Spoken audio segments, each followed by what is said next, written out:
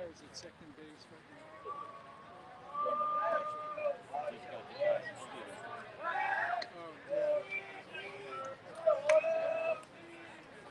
We got that.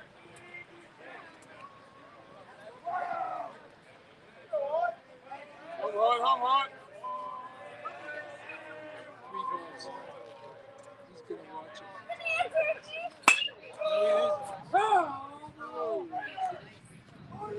Gave him the green light. Bless you.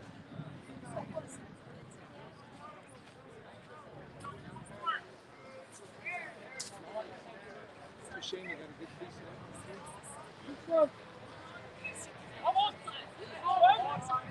Go, Hunter.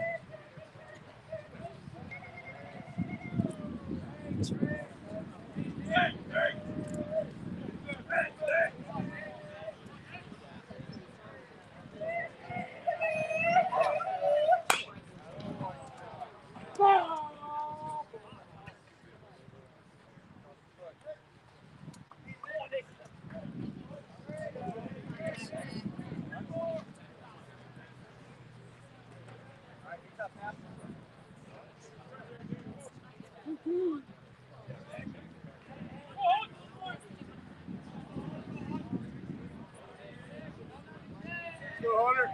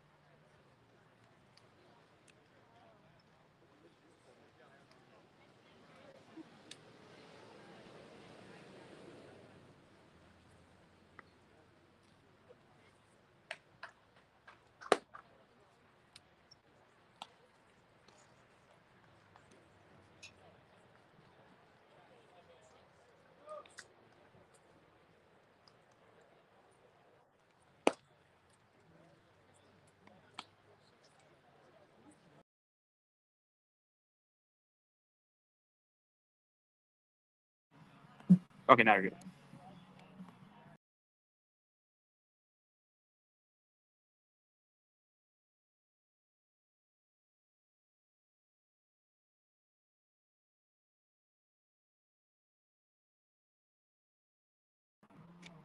To the bottom of the first we go. Top of the first as Hunter West worked around a couple base runners, a single by Pat White, an error which allowed Zach Fiscato to reach, but a strikeout from Nicky Vanny to end that top of the first. So we're headed to the bottom of the first, and the pitcher out there on the mound for the Haverford School, Jacob Horwitz. We'll talk about Horwitz in just a second. Let's take a look at the starting lineup.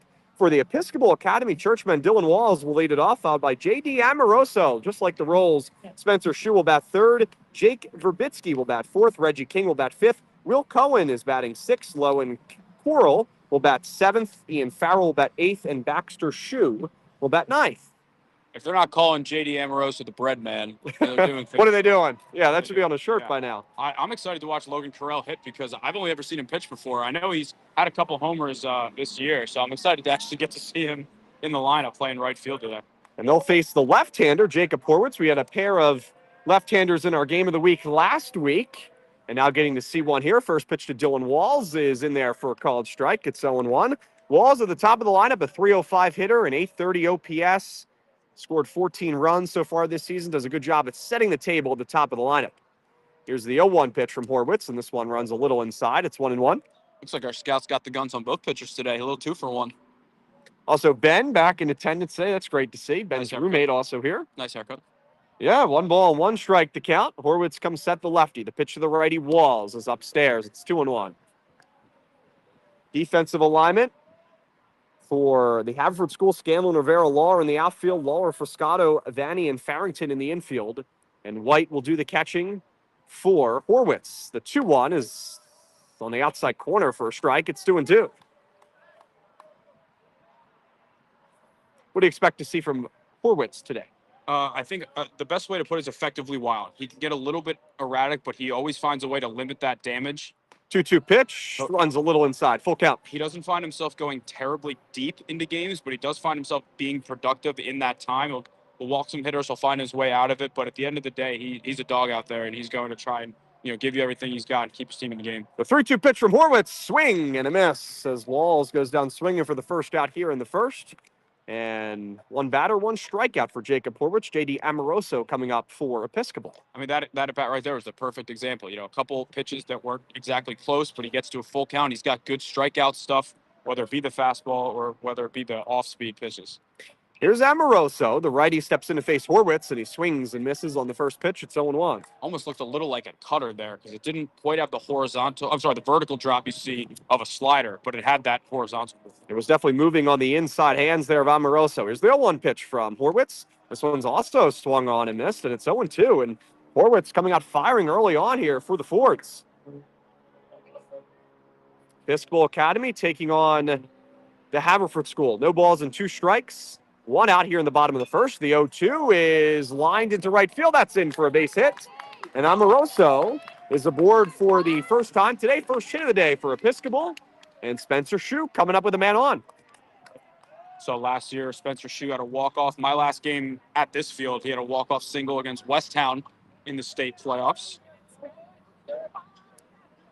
Well, the lefty now going to come up and face Horwitz. Lefty-lefty situation, but this is the man you wanted to plate if you're the Churchmen. Spencer Shue, a 344 hitter, 847 OPS, 15 RBIs. Good at making contact, good at really, once again, don't want to necessarily say setting the table, but driving in runs. Takes the first pitch outside. It's 1-0 to Shue. Get you some score updates a little bit later on here, but we got a big rivalry game between two Delco Baseball Now interns. 1 ball, no strikes the count. We'll see a check in at first as Horwitz throws back to Farrington, and in there safely is Amoroso. Got the alum Dave Shapansky of Holy Ghost, as well as Dylan Johnson and Chichester. Little Villanova brotherly love. Here's the 1-0. This one's outside corner. It's 1-1. Again, going to see some delayed calls here today. How about the Pope from a Villanova alum, 1977? Pope Leo the 14th. The 1-1 pitch is whacked foul into the Haverford dugout off the screen, and it's 1-2.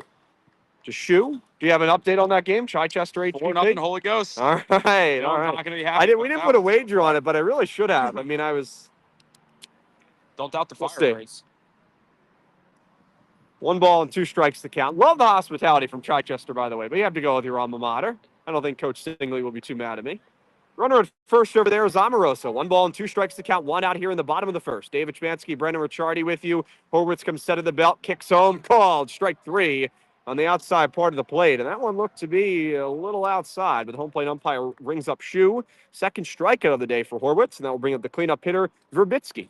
I always say, as long as it's the same both ways, same Yeah, and he was strikes. calling some borderline pitches in the top of the first as well.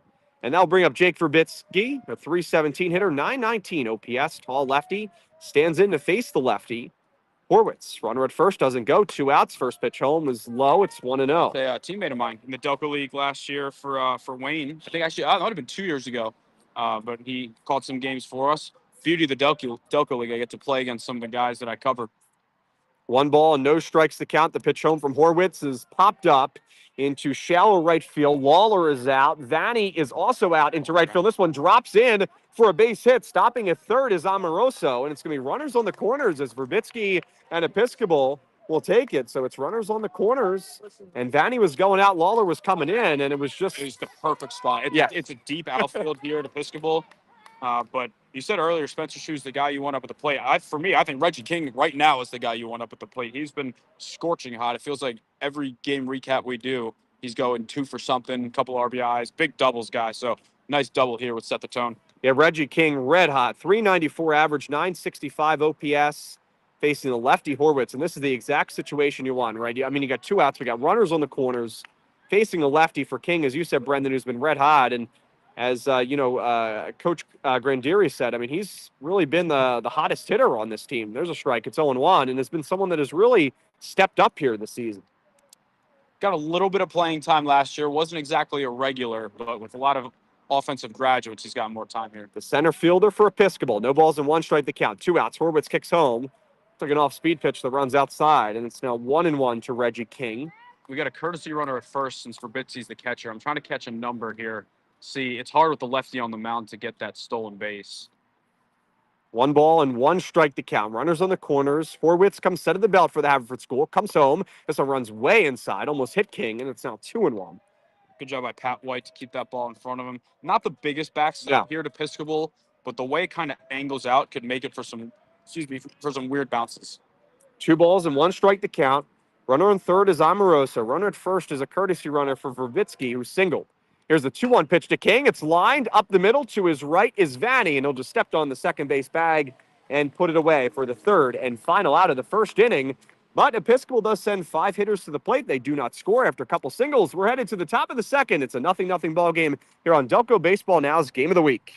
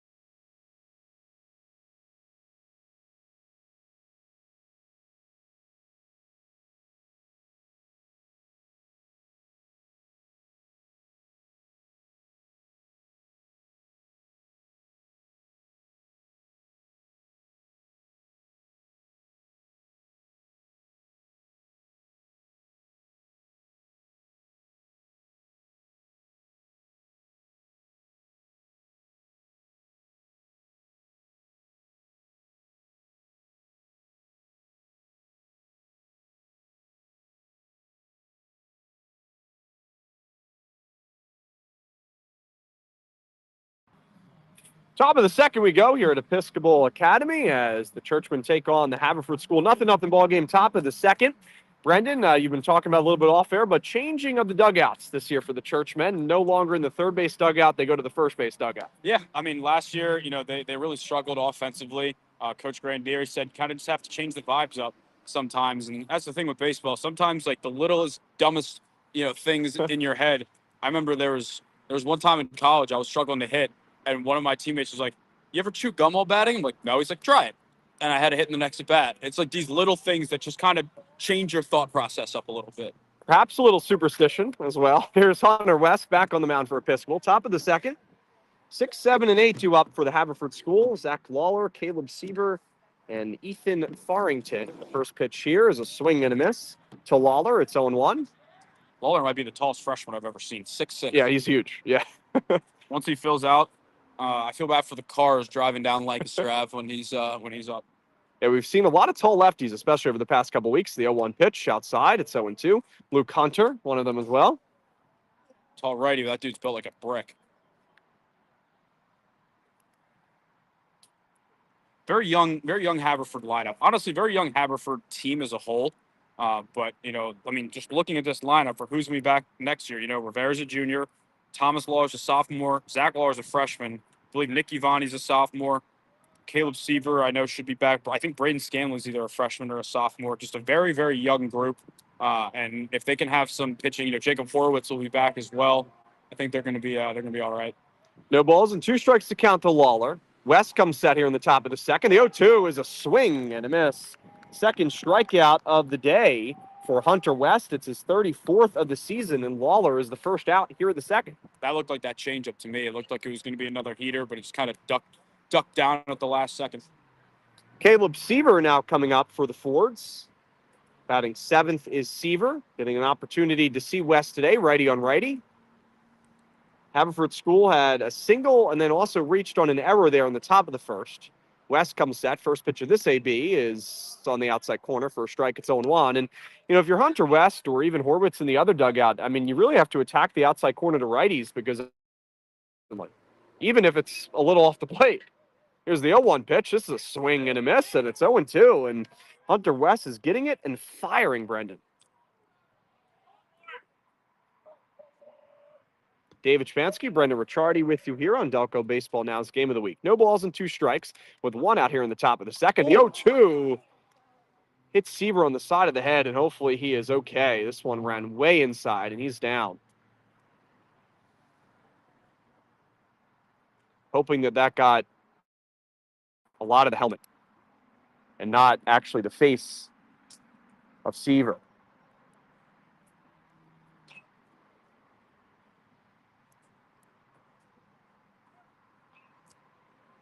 I really just hope he's okay. Appears to be talking to the training staff which is a good sign. Shout out the training staff for getting on that. Yeah, right ASAP. away. Yep. He's sitting up, which is good. Wow, what a scary moment. And hopefully Seaver is okay. And again, that helmet has a little bit of that ear flap, which can, potentially help you, but not a lot of space there.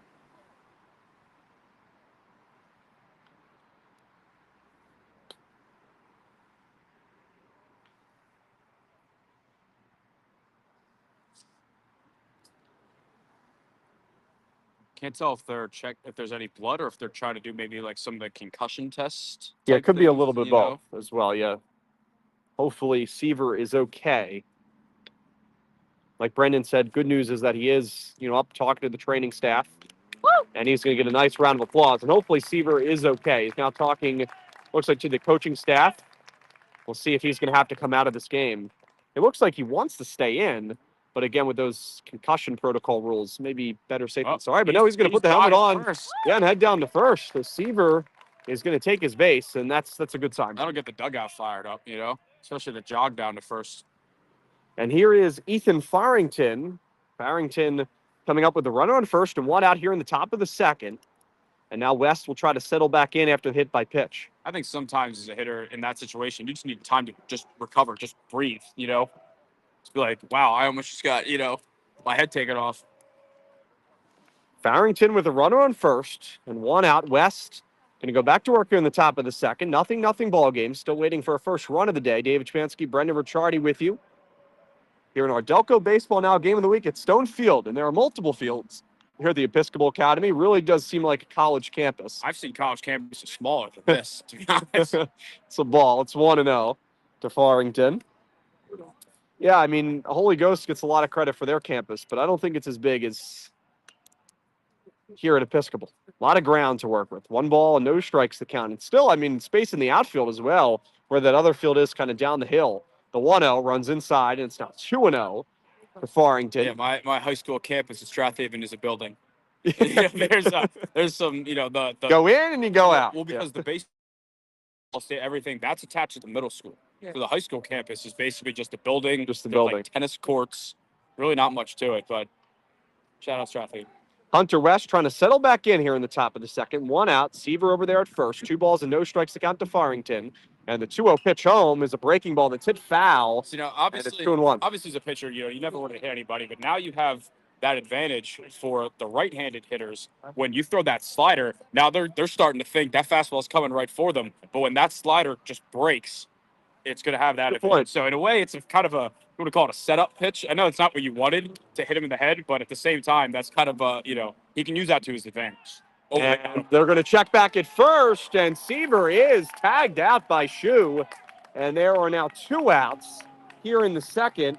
And it looked like Seaver just wasn't ready for that pickoff attempt. I mean, for a righty, that was a quick move from West. It was, and I think for Seaver, he was kind of dancing around over there thinking, like, I'm going to get in his head. But sometimes the pitcher will test you on that. They'll say, hey, like, we'll see if you're ready to go. So there are now 2 outs here in the second.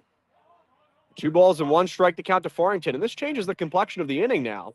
The 2-1 pitch is hit on the ground over to first. Shu will take it to the bag himself for the 3 unassisted. And that really, pickoff really did help Hunter West get out of that second. So we're headed to the bottom of the second here at Episcopal Academy. Nothing ball game. We'll be right back after this here on Delco Baseball Now's Game of the Week.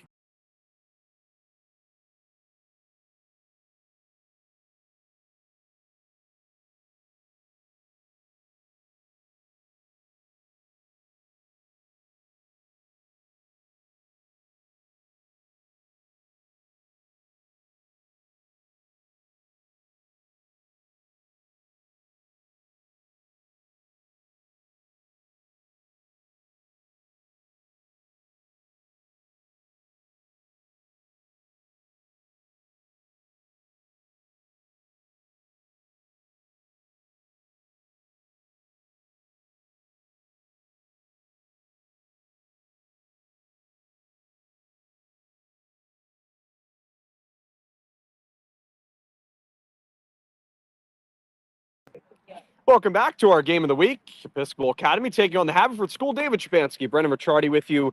Bottom of the second, no score. Episcopal about to come up. But Brendan, some scores. This game did get started a little late at 4:15, so some other games going on.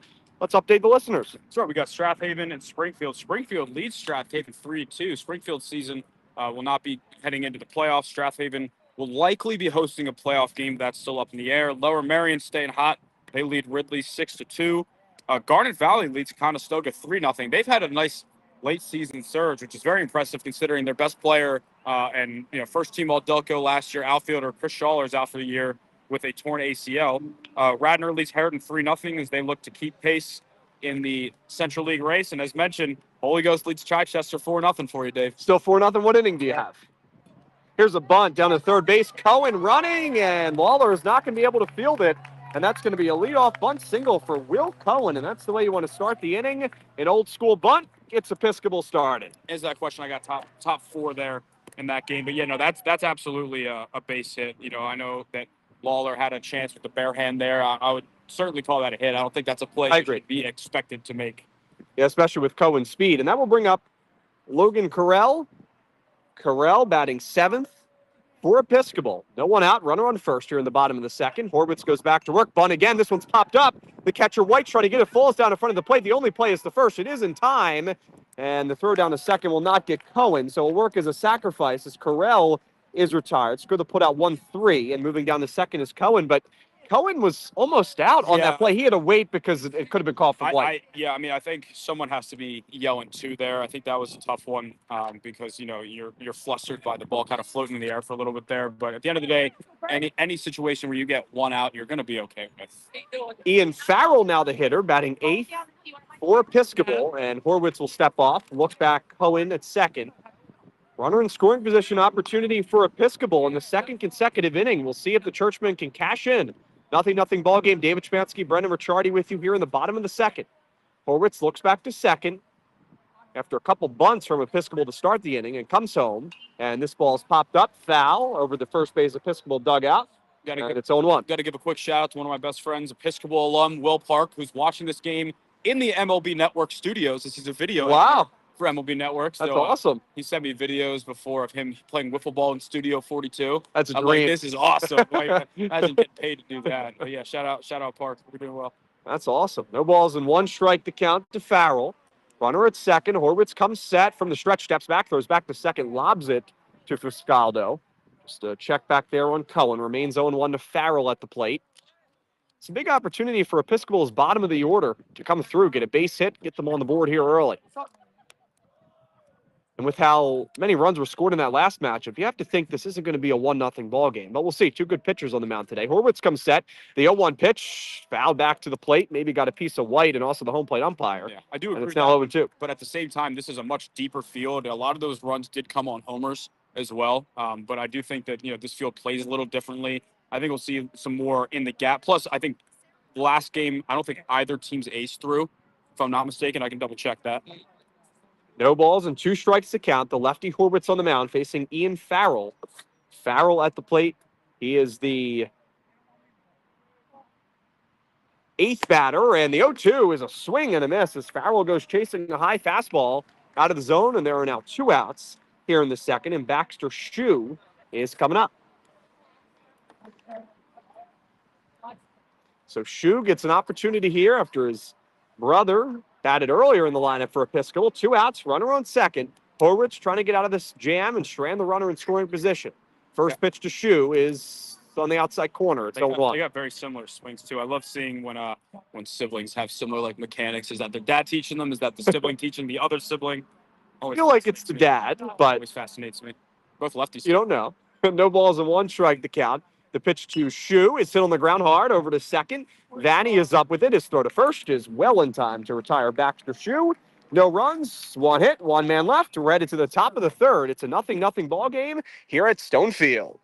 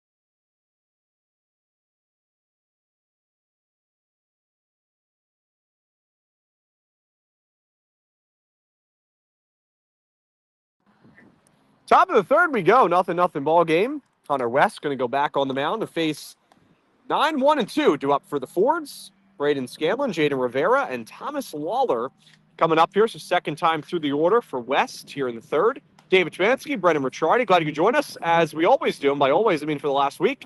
We'll do our broadcast question of the game in the fourth inning. Check it out on Delco Baseball Now social media. We'll get your thoughts on your favorite potato chip. We'll get Brendan's thoughts as well and hear from both head coaches. Looking forward to that. That's a very important conversation here on this Thursday. Braden Scanlon, the 9-hole hitter, going to bat for the first time today here against West. It's basically our version of the RAF fourth inning, you know. It's successful, though. It usually doesn't lead to a lot of runs being scored, perhaps. Is Nola pitching? Here's Scanlon. And the first pitch from West to start the third is on the outside corner. It's on one. He's giving it both ways, so you can't really. It's not egregious, but it's a pitcher's pitch, and both sides are getting it, so nobody can really complain so far. And Hunter West entered today's game with opponents hitting .214 against them. The 0-1 is outside. It's 1-1, and we've seen West really try to attack that corner. Right, it's working for him, and try to pinpoint it. No reason not to. 1 ball and 1 strike. The count to Scanlon. Rivera on deck, leading Delco in home runs with 10. West comes set here in the top of the third. The righty's 1-1. Is hit on the ground back up the middle, almost off the glove of West, and it's headed into center field for a base hit. And Scanlon has the second hit of the day for the Fords. I have to think that Braden is in some way related to Connor Scanlon, who is the Ford shortstop brother. Getting some nice crowd help here. Connor Scanlon over at Fairfield as a freshman. He was one of our all-Delco infielders last year. That will bring up Jaidyn Rivera at the top of the lineup. Rivera steps in. He popped up in his first at-bat of the day to the third baseman's shoe. Opportunity for the Fords to get on the board. David Chmansky, Brendan Ricciardi with you here in the top of the third. 0-0 game. West at the belt, kicks home from the stretch, and there's a strike. It's 0-1 to Rivera. Coach McCann could not say enough good things about Jaidyn Rivera, and really the step he's also taken as a person this year, really becoming a leader, especially in the outfield for the Fords. And, of course, on the field, mashing home runs all the time. Here's the 0-1 pitch. This one is perhaps outside. It's 1-1. Yeah, last year he had a great season. He had 5 homers, just a sophomore on that team. So not too many vocal leaders usually as sophomores, but as you get older and become, one of the core members of the team, people start to, not that they wouldn't listen before, but they start to listen to you more. There's the 1-1 pitch from West to Rivera. This one runs way inside, and it's 2-1. But also, too, if you were the other teams in the Interac, have to be scared to see Rivera have a senior season, right, after how good of a year he's had this year for Haverford School. 2 balls and 1 strike to count. Runner at first there is Scanlon. The 9-hole hitter reached via single up the middle. 2 balls and 1 strike to count. Nobody out here in the top of the third. West 2-1 Rivera. Check swing, and Rivera went around. It's 2-2. It's always tough at the high school level when you have 2 umps where one of them is behind the pitcher's mound with the runner on first to get that check swing, because nobody really has a good angle. You kind of just have to go off of what you see. Somewhat have to guess, in a way. 2 balls and 2 strikes to count, even. West at the belt comes home, and it's hit off the end of the bat on a breaking ball right into the Churchman dugout, and it remains 2 balls and 2 strikes to Rivera, putting up a battle here at the top of the lineup. It's a sharp off-speed pitch, too. It's impressive to be able to get a piece of that. I think the hitters are starting to adjust and realize that they got to be a little more protective of that outside part of the plate. If he's going to call it, you got to make sure to try to slap it the other way if you can. Runner on first. Nobody out here in the top of the third. 2 balls and 2 strikes to count to Rivera. West comes set for Episcopal. And he kicks home. The 2-2 is again hit off the end of the bat, and this one goes off the cage and ricochets back towards Rivera. Remains 2-2.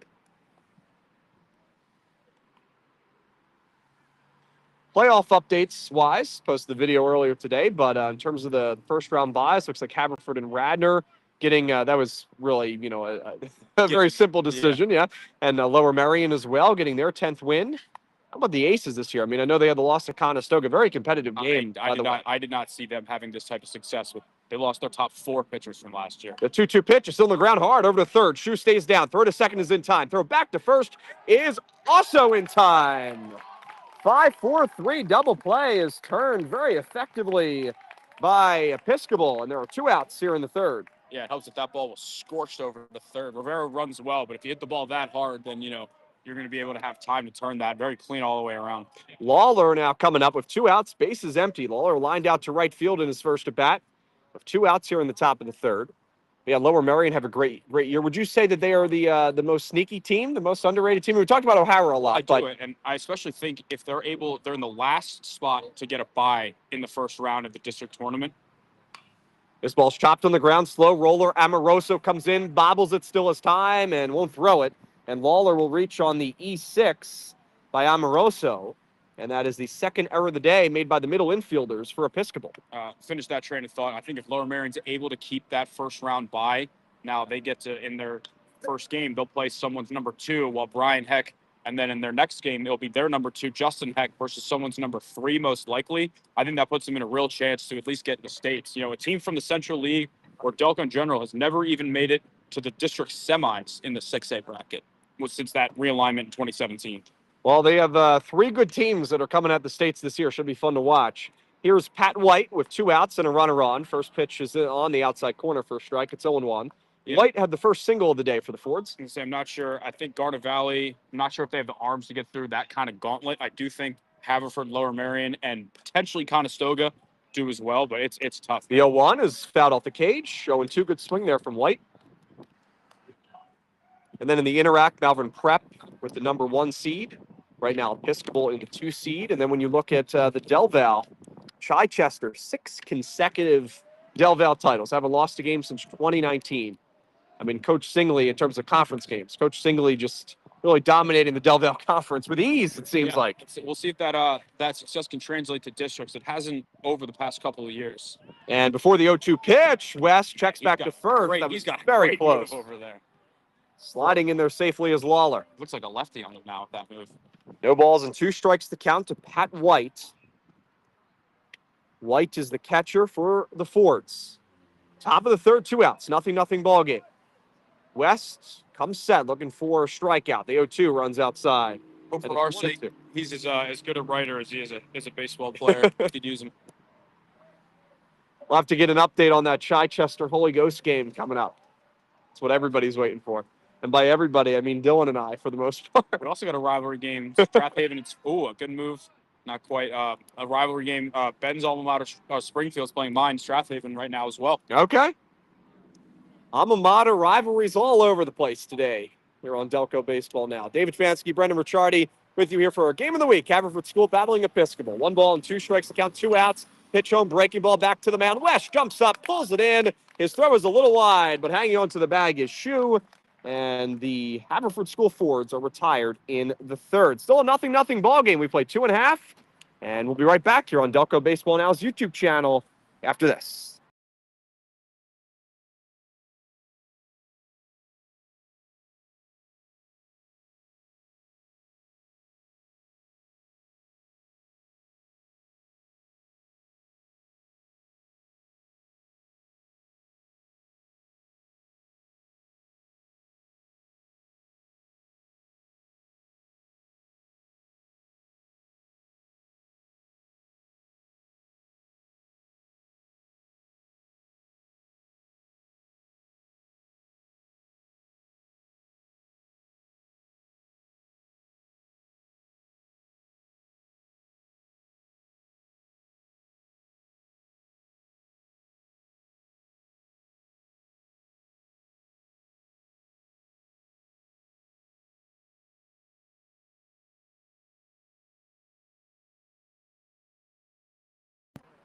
Score update time with Brendan Ricciardi as we head to the bottom of the third. David Shapansky, Brendan with you. Brendan, score updates from around the league. Update things. We got a lot of games that are very important in terms of the seeding of the Central League and the whole district in general.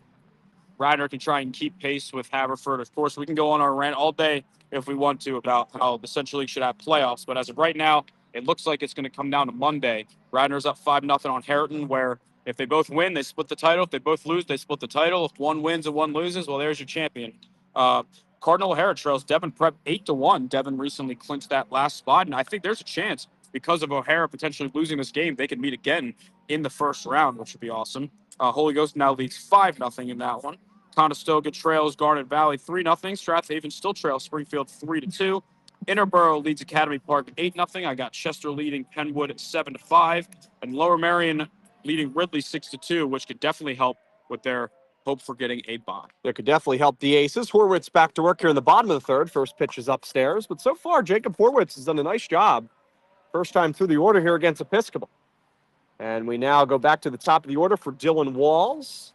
Walls struck out swinging in his first at bat. The 1-0 is on the outside corner for a strike. It's 1-1. Yeah, and he's been doing a great job with finding the strike zone. No walks the first time through the order. Knock on wood here, but it looks like he has a great feel for all of his pitches. 1-1 strike to count. Horwitz comes set. The lefty kicks home, swing and a miss. Big hack there from Walls, and it's now 1-2. I mean, we've seen Episcopal. I mean, they're coming out and swinging, though. They're trying to put some runs here on the board, and so far Horwitz has had the equalizer, and he's used his fastball to get ahead and has really worked well so far for the Fords. The 1-2 is popped up foul, and it will go out of play. Remains 1-2. 3 hits so far for Haverford, for Episcopal, first time through the order. So they've been able to get some base runners, but Horwitz has battled right back. 1-2 strikes the count. Horwitz comes set. The lefty facing the Episcopal dugout, and he'll kick home with the 1-2. This one's hit back up the middle. Horwitz falls down. The shortstop Fuscaldo is over, and his throw is good enough to retire Walls, and there's one out here in the third. Very, very smooth right there from Fuscaldo up the middle. Looked like it kind of handcuffed Horwitz a little bit. His body was taking him one way. He wanted to go the other, but Fuscaldo came in to clean up the mess. Yeah, that was a very clean play there from Fuscaldo, and that was a tough play, too, because it was kind of right in the middle of the diamond. Somebody had to charge it with urgency as Walls was hustling down the line, and the Fords do get the first out. And here's a strike. It's 0-1 to Amoroso. Amoroso, yeah, just like the Rolls, singled in his first at bat. I really think, Brendan, I mean, maybe he'll be the player of the game. We'll have to see, but he has to get that on a shirt of some sort. Should have done a sandwich of the week for this one. The 0-1 is hit off the edge of the bat, and it's now 0-2. That actually might have hit off the knob of the bat. I heard a little ping. Might have bounced off a couple things there, and it's 0-2. One out here in the bottom of the third inning. 0-0 ball game. So far, it's been both pitchers, Hunter West and Jacob Horwitz, going to work. The 0-2 pitch from the lefty is in the dirt, good block by White. Again, in the fourth inning, we'll get to our question of the week. Favorite potato chip flavor. We'll hear from Brendan. We'll talk about what both head coaches said as well. 1-2 strikes the count. The pitch from Horwitz. Check swing. Did he go? No, he did not. And it's going to be 2-2, even count. I did think Amoroso held up there. I know that White behind the plate was pretty adamant about him going. Yeah, it's a tough angle for us to really see. I thought he went personally, but there's really no way for us to kind of get a good view there. 2-2 strikes to count after the check swing. Horwitz will get a strikeout here. He'll come back and strike out Amoroso, as that is the fourth strikeout of the day for Jacob Horwitz, and the lefty working quick here through the Churchman order here in the third. Well, that's one way to remove all doubt. Go back and do it again, right? Well, here's Spencer Shue, the 3-0 hitter. He struck out looking in his first at bat in the first. 2 outs. 0-0 ball game in the bottom of the third. The lefty kicks home. This ball's a blooper into left center field. Rivera's coming in. This one's going to drop in front of him for a base hit. And that is the first hit of the day for Shue. And he has a 2-out single. I mean, that's exactly what you have to do against Horwitz. He's throwing strikes, and you just hit it well enough to bloop it into the outfield.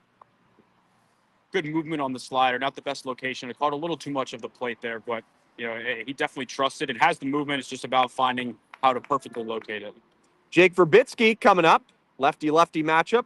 Verbitsky singled in his first at bat. Swings and misses here. It's 0-1.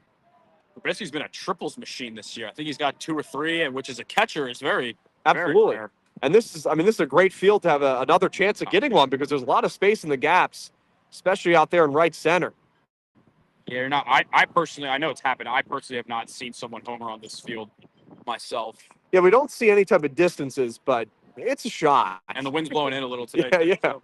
No balls and 1 strike the count. Runner at first with 2 outs. Shue is over there at first. Horwitz comes set from the belt. And here's a curveball, looks like. This one is a ball. It's 1-1, perhaps a little inside. Rivera in center field playing Verbitsky a little bit to his right. So maybe expecting him to kind of be a little late on this ball here.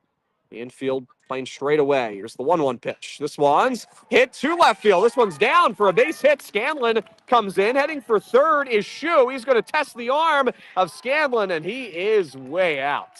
And that will end the inning. Great throw out there in left field from Braden Scanlon.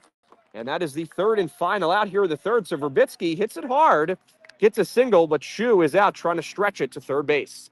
We'll head to the top of the fourth inning here at Episcopal Academy, a 0-0 ball game. We'll be right back after this quick break here on Delco Baseball Now's YouTube channel.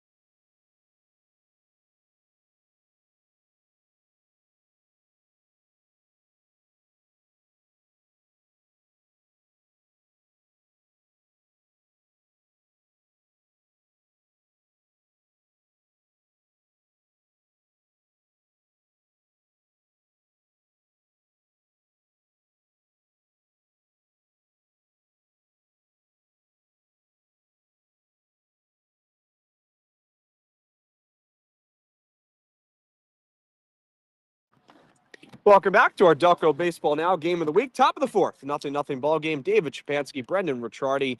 Some clouds in the sky, but the sun shining here over Stone Field. And in the top of the fourth, there'll be 4, 5, and 6 coming up for the Fords for Scaldo, Vanny, and Lawler. And, the first matchup between these two teams, or the previous matchup, 10-7, as Episcopal came out victorious. This game has been a pitching battle. Both pitchers, Horwitz and West, looking good through 3 innings. They've allowed some base runners, but they've really done a great job at limiting the damage and not allowing anyone to cross the plate. Very good defense overall on both sides, too, especially you saw right there at the end of that, Braden Scaling with a great throw to get whoever that was, Shu rounding third base. Fantastic. Pascaldo up to the plate. He's the cleanup hitter. He reached in his first at-bat from an error from Cohen over there at second base. West, the righty, goes back to work. His first pitch of the fourth is well outside. It's 1-0. Yeah, glad you could join us. I think he called that a strike. He called that a strike. I believe so. I thought I saw movement running. Well, I looked down to write the pitch on my scorecard. I thought that was definitely well outside. You're gonna take your time. At least make the right call. I don't know what the count is. It's a good bunt down for Friscaldo. Here comes the third baseman, Shu. He charges his throw. Not in time. He's safe. And Friscaldo says, well, that first pitch doesn't matter. He reaches on a single. And, bunting for both of these teams has been a strong suit here early on. Got to take advantage when the defense is playing back, Yeah, well, we had a bunt single from Cohen on the Episcopal side of things to lead off the second, and now we get a bunt single from Friscaldo to lead off the fourth for the Fords. And they're in business for Nicky Vanny, who struck out looking at his first at-bat in the first, has an opportunity to put together the first run of the day. West, again, entered today's contest, 31 innings, 32 strikeouts. This one right back towards us. Fouled back to the cage. It's 0-1 to Vanny, the second baseman for the Haverford School. The Fords 2-6 entering today's game. Right now last in the Interac, but they played some better baseball as of recently. And first-year head coach, haven't talked a whole lot about that, Coach McCann. He's involved in the military. That's a lot of good things. And getting an opportunity here today and this season to coach at the Haverford School. The 0-1 is hit in the air pretty well at the center field. King is back, has a beat on it into the shadows, and he'll put it away for the first out. So Vanny is allowed first out here of the fourth. One away, and that will bring up Zach Lawler.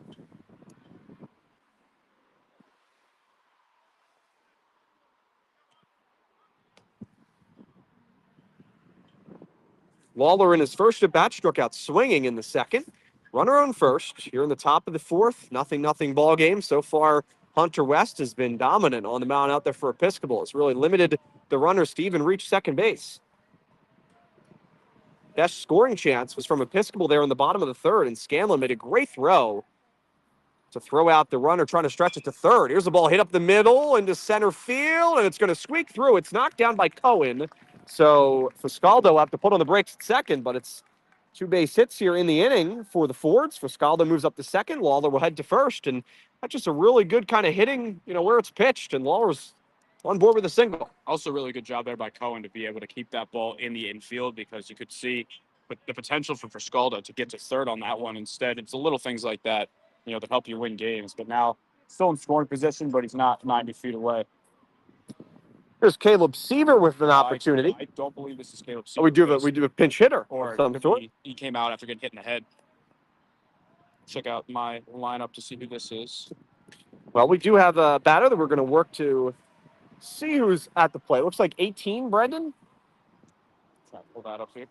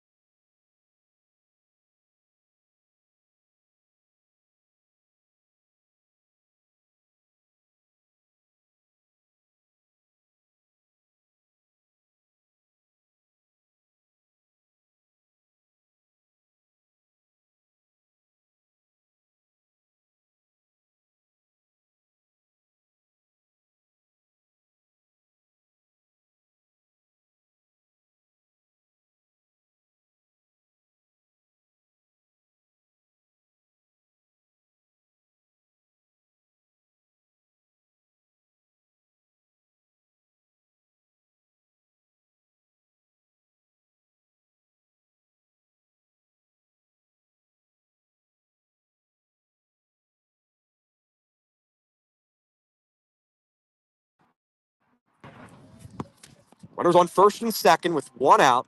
On Giovanni at the plate, slides in as a 7-0 hitter. West going to step off again and check on Fuscaldo, who's getting a medium-sized lead over there at second base. David Spansky, Brendan Ricciardi with you. 0-0 ball game here in the top of the fourth. Our game of the week, Episcopal Academy battling the Haverford School here in some Interact play. Great to have an Interact rivalry. This pitch is in there for a strike at the knees. There are 2 strikes. I believe it's 2-2. Brendan, question mark? I was looking for his name half Yeah, that. yeah, so was I. I know it's 2 strikes. Bon Giovanni, at least with 2 strikes. Runners on first and second with 1 out. This one outside. And Okay, 2-2. now it's 2-2. So it was 1-2, and it's now 2-2 to Harrison Bon Giovanni, who slides in there for Seaver. We got a no batting gloves kind of guy here. Yeah, scoring opportunity here for the Fords. Really their best of the day against West. And against a pitcher like West, you're not going to get many opportunities. And West again going to step off and check back on Fuscaldo over there at second. He is in there safely without a throw. 2 balls and 2 strikes. Runner on first and second here in the top of the fourth. 0-0 ball game. Here's the 2-2 pitch from West. Swing and a miss as Bon Giovanni chased a pitch that was inside and off the plate. And that is the first strikeout of the inning, 2nd out overall, and Ethan Farrington is coming up for the Fords. So Farrington with an opportunity to runners on first and second. I mean, and Brendan, we've really seen West bear down today when runners have gotten on base. He's really used his fastball to attack these hitters, he's working the inside part or the outside part of the plate to righties. Now goes inside there to Bon Giovanni. First pitch to Farrington is in there for a strike. It's 0-1. And Coach McCann is not happy. So the ump give him a little like shoot. Yeah. Shoot. I don't think either dugout is all that happy with the calls here today. But like Brendan said earlier, it's been even on both sides. Here's the 0-1 pitch from West, and this ball's lined into center field. It's falling fast in front of King, but King will come in and make the catch. So a great job there for Hunter West to work around the 2 singles and get out of the fourth. We're headed to the bottom of the fourth. Episcopal looking to put the first run on the board. It's a 0-0 ball game. We'll be right back after this here on Delco Baseball Now's YouTube channel.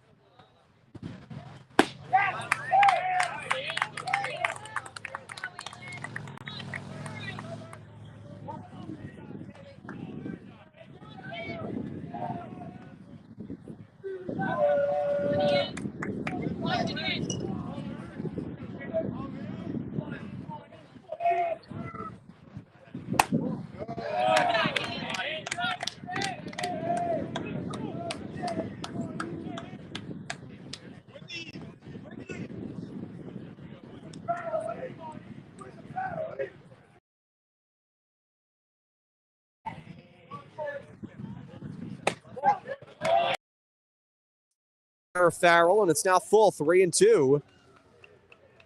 Episcopal would love to get the bases loaded and have an opportunity to get the first run of the day. It looks like runs are going to come at a premium, at least to the first 3.5 innings. Here in the bottom of the fourth. One out, runners on first and second. Horwitz looks back to second, kicks home, and the 3-2 is outside and low, and Farrell comes all the way back from a 1-2 count to work a walk, second walk of the inning for Horwitz, and the bases are full of Churchmen here in the fourth.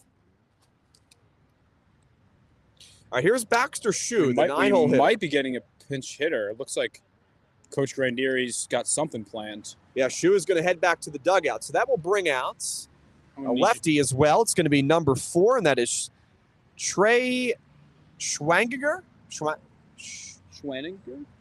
Yeah, I believe so. So we get a pinch hitter here.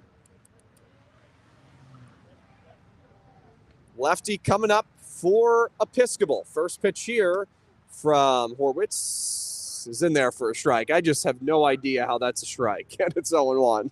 I mean, that is in the right-handed batter's box.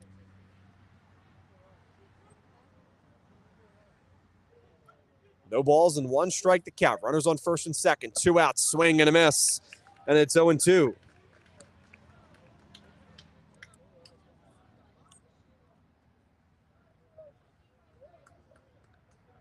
I heard someone say, let's go Trey, so I think we're right. No balls and 2 strikes to count. Runners on first and second in the bottom of the fourth. Pitch home. It's hit on the ground over to third off the end of the bat. Going to tag. That's a third out of the inning as Lawler that was out. That was took out third. 2. I'm sorry. Yeah, you were correct. Yeah, so run is going to come in and score. I apologize. I was confused with the number of outs. So they do tag the bag, get 1 out. Coming in to score is Reggie King. That throw was a little bit RBI. low in the dirt. I'm not sure if he would have beat it out. I'll have to check the replay on that one. So looks like Cohen is out at third. King comes in to score. Farrell heads up to second. So now runners on first and second. 1-0 lead for Episcopal as they plate their first run of the day. Walls at the top of the lineup. Swings and misses at the first pitch. It's 0-1. David Chmansky, Brendan Ricciardi with you here on Delco Baseball Now's YouTube channel. Glad you could join us. Really beautiful day for baseball. No balls and 1 strike to count. There are now 2 outs. And the 0-1 pitch from Horwitz is outside. It's 1-1.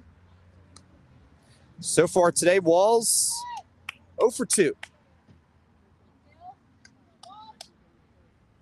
Strikeout and a ground out.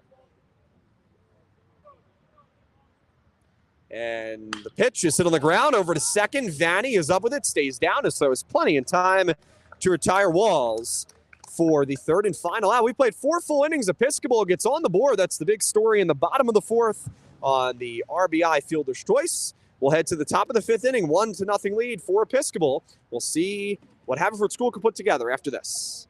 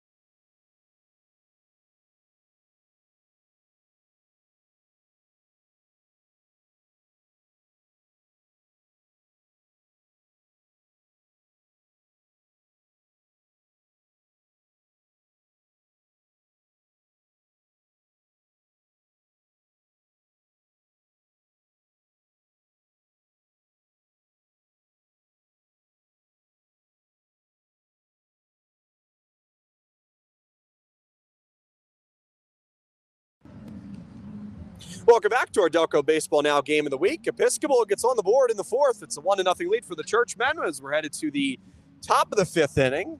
A lot of chaos happening there in that fourth, but Horwitz is able to limit the damage. Haverford School going to see 9-1-2 coming up here in their half of the fifth. Braden Scanlon, Jaidyn Rivera, Thomas Lawler are the three scheduled hitters coming up for the Fords. David Spansky, Brendan Ricciardi. Brendan, so far your evaluation of Hunter West, I mean, he's been good through 4 innings. Yeah, I mean, both pitchers have been pounding the zone, and Hunter West has a fantastic changeup. He's mixing things up. You know, he's let up a couple singles, but he's been able to kind of limit that damage and make the big pitches when he has to. Here's Rivera, here's Scanlon. First pitch here is whacked foul towards the street. Watch out. And it will roll into the street, and it's 0-1. That was a close drive over there. Everybody's okay. That's good. No balls and 1 strike to count to Scanlon. Scanlon singled in his first at-bat in the second. No balls and 1 strike to count. West comes set. The righty kicks home. This one a little bit high. It's 1-1. You have to always give about a 5 to 10 second delay before you actually react to the call made at the plate because you just don't know on a day like today. 1 ball and 1 strike to count to Scanlon. West comes set here in the top of the fifth. Base is empty, nobody out, and this one runs outside. It's 2-1 to Scanlon. Scanlon put together a good at-bat in his first AB in the second that resulted in a single. That kept the inning alive for the Fords.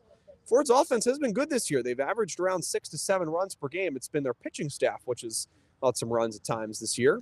Yeah, to their credit, their ace Brenner Green's out for the year after getting hip surgery, so that was a brutal blow to their squad this year. The 2-1 pitch is upstairs. Fastball. It's 3-1.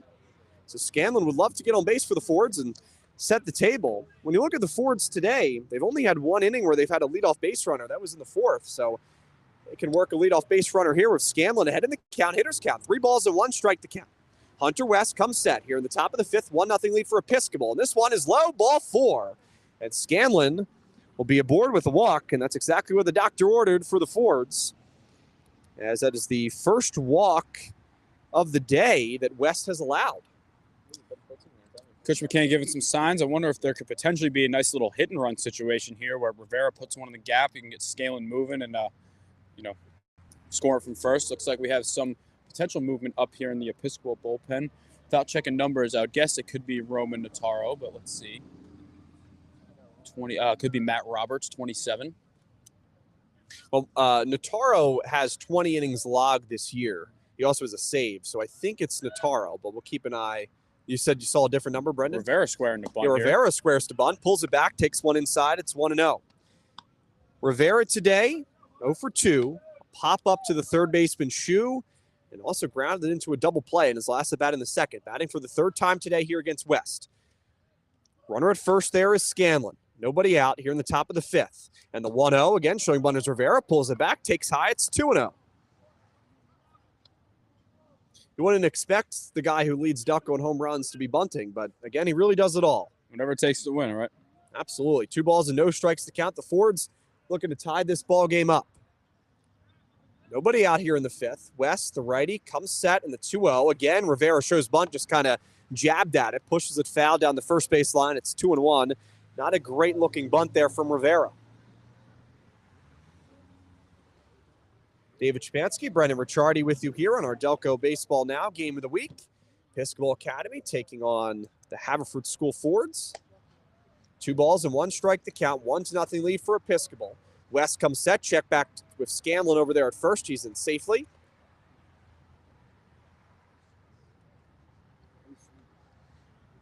I believe, Brendan, you said that a former Phillies groundskeeper takes care of the field? I believe that's what I was told, and I think they redo it at one point during your 4-year tenure. Not that it needs to be redone. The 2-1 pitch is low, and it's now 3-1.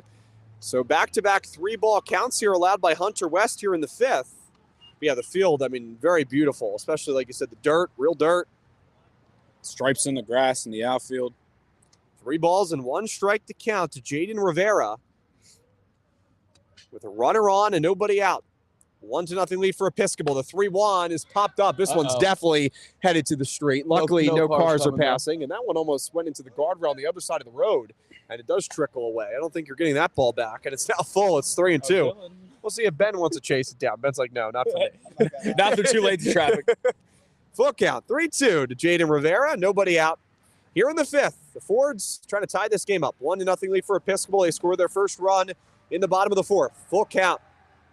West comes set. Now the Haverford School bench makes some noise. The 3-2 pitch is on the inside corner, called strike 3.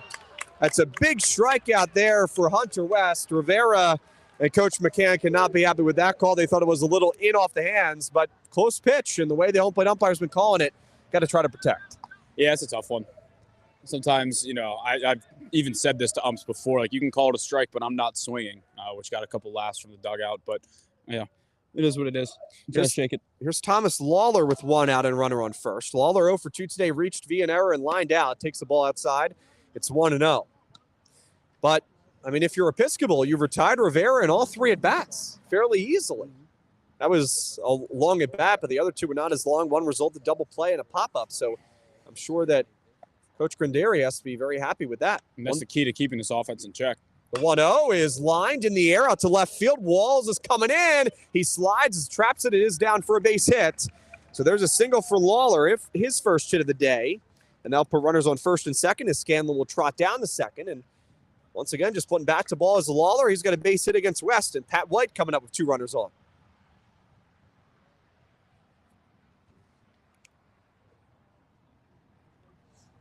Now, there is bullpen action for Episcopal. Again, hard to see exactly who it is the way that we're faced. I think it's Matt Roberts. I think it's 27. We'll keep an eye on that. It could be Roberts throwing a little sidearm, perhaps. Doing that Sean Mania drill, throwing across your body. Okay, yeah. Runners on first and second. Here's Pat White. He shows bunt, pulls it back, swings and misses on the first pitch. It's 0-1. I don't know if this is a radical baseball take. I think slashes should be illegal. I think it puts the third baseman in dangerous jeopardy if they're charging third base. No balls and 1 strike to count. Runners on first and second. West trying to get out of this inning. It's a 1-0 lead for Episcopal. Here is the 0-1 pitch. Swing and a miss. It's 0-2. That had some bite.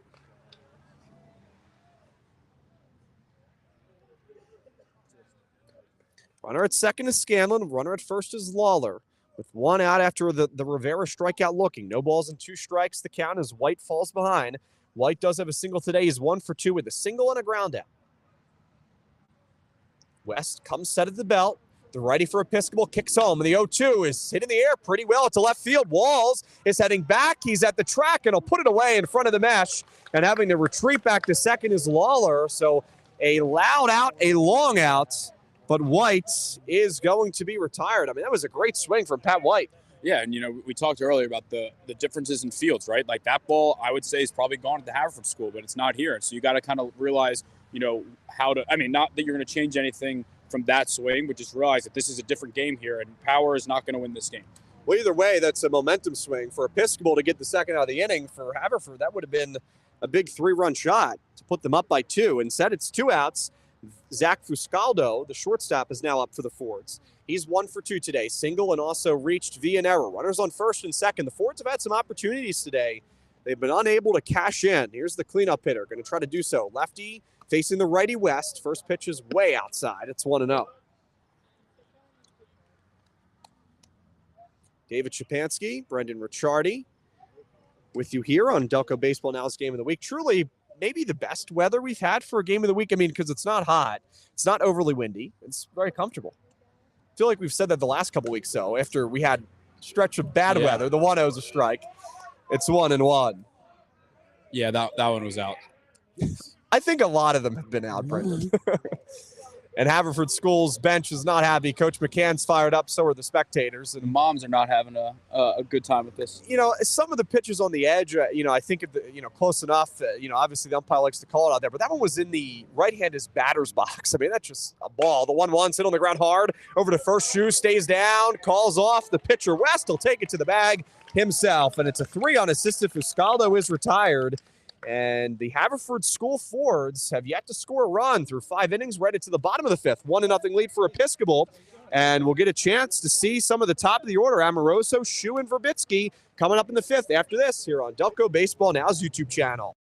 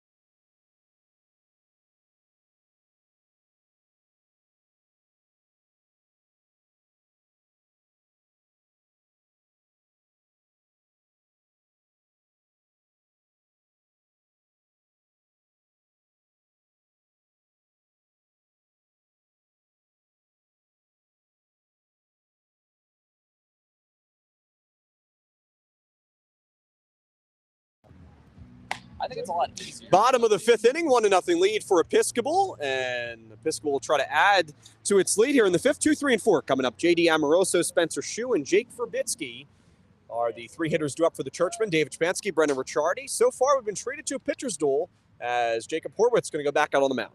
Yeah, I got to see a little of Amoroso last year at the Carpenter Cup. As a freshman, he was playing on that Interact team that won for the first time the Carpenter Cup. Great tournament. Hopefully we can get out and broadcast some of those games because it's a really cool event. 1-0 to Amoroso. Yeah, looking forward to that. Lots to look forward to. Playoff season gearing up as well. All the teams, as Brendan said earlier, in the Interact going to make the playoffs. It's a fight for seeding now. The 1-0 is a strike.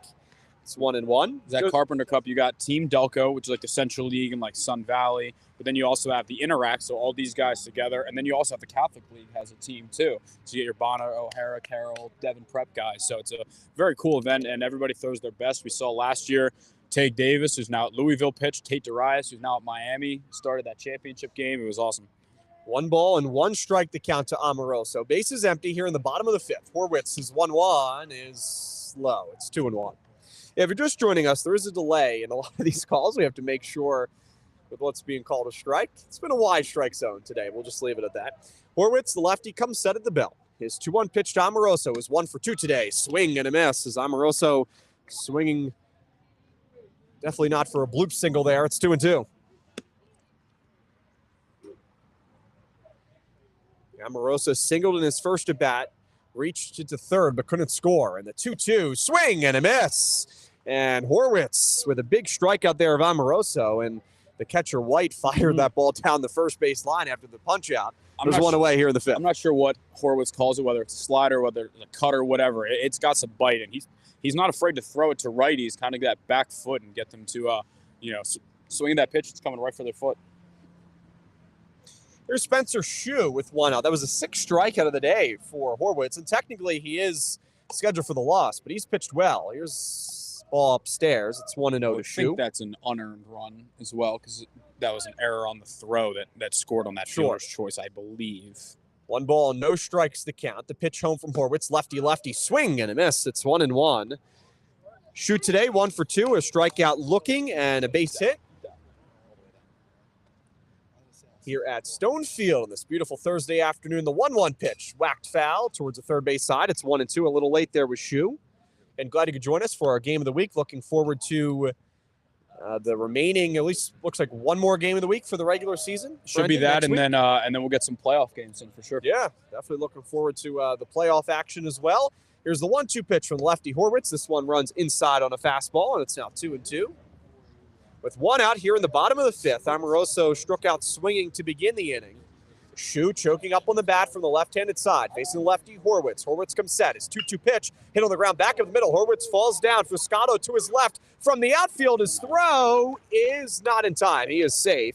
So there's a single for Shue, and great attempt there from Fuscato, who threw that ball and fielded it from shallow center field. But second of the day for Spencer Shue. Super impressive to see Fuscato at shortstop, because he was their first baseman for a lot of last year. To be able to make that transition both physically and mentally, super impressive. Verbitsky coming up now, the cleanup hitter for Episcopal. And he's 2 for 2, couple singles today for Jake. Runner on first, 1 out, 1-0 lead for Episcopal. Ball low, it's 1-0. Good block there from White. It's hard to say without having all of the stats in front of us, but I think there's a very good chance Verbitsky ends up either as a first or second team All-Delco catcher, as well as Pat White behind the plate here for Haverford. 1 ball, no strikes to count. Couple battle of some good catchers today. The 1-0 is back heading our way towards the spectators, and luckily no one was sitting there. That was the one seat where no one was sitting, and it's now 1-1 as Verbitsky fouls it back behind the plate. That was a close one, Brendan. Yeah, that one guy just didn't look. He just put his head down. Yeah, I was hoping for the best. It was right behind him. 1 ball and 1 strike to count. With 1 out, runner at first, there is Shue. Verbitsky's at the plate here in the bottom of the fifth. 1-0 lead for the Churchmen. The 1-1 is on the inside corner. There's a strike. It's 1-2. Great pitch there. I mean, really. That's a sharp slider. Yeah, nothing you could do there if you're Verbitsky. You think it's going to hit you. Next thing you know, you look at the glove, and it's right down the middle. Horwitz comes set. Looks back the runner at first, is 1-2, runs upstairs and inside to Verbitsky, and it's now 2-2.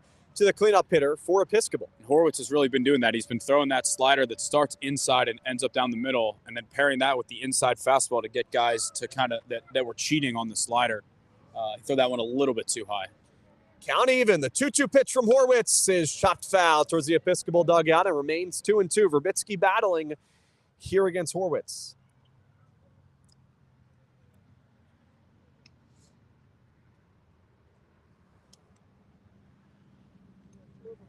Runner at first is Shu. 2 balls and 2 strikes to count with 1 out. Bottom of the 5th. 1-0 lead for Episcopal. Horwitz comes set. The lefty's 2-2 pitch is inside and hits off the thigh of Verbitsky. And there's a hit by pitch. Verbitsky will head down to first. Shu is going to head up to second. And Coach McCann talked about that being a big problem earlier on this season. They had issues with their command and had a lot of hit batters. But this is the first time today that a Churchman has been hit. So runners on first and second, and here's Reggie King, who entered today's game hitting .394.